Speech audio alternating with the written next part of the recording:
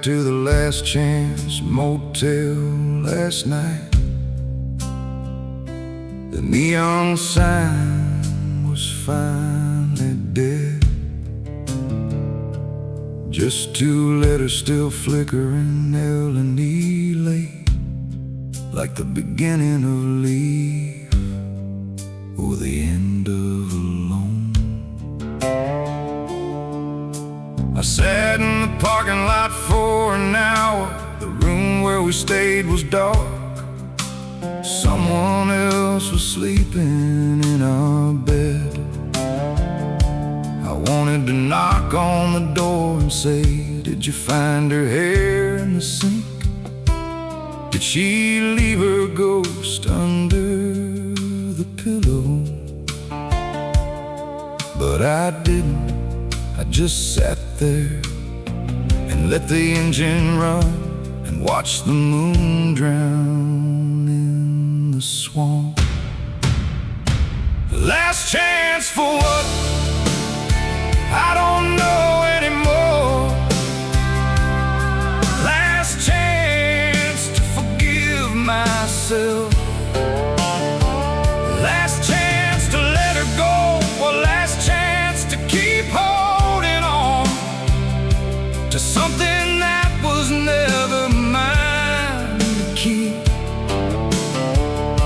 I'm standing at the counter of the Last Chance Motel, and the clerk is just a mirror.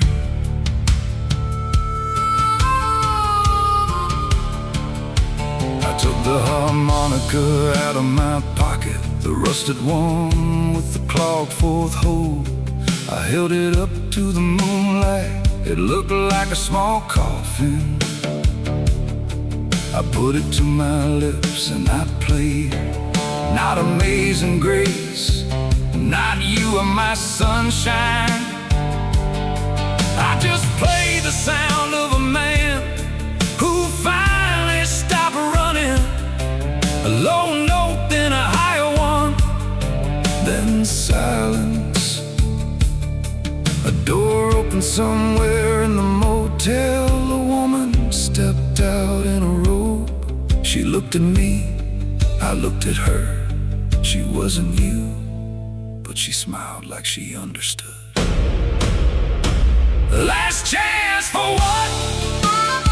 Maybe it's not about her. Maybe it's about me.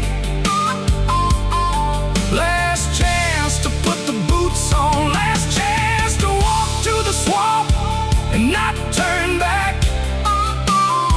Last chance to leave the harmonica on the dock and walk away empty-handed. The dog showed up again, the black lab with the ribs showing. He sat next to me and didn't beg, he just stared at the water. Then he looked at me and he wagged his tail once. I think that was the sign, not a lightning, not a voice from heaven.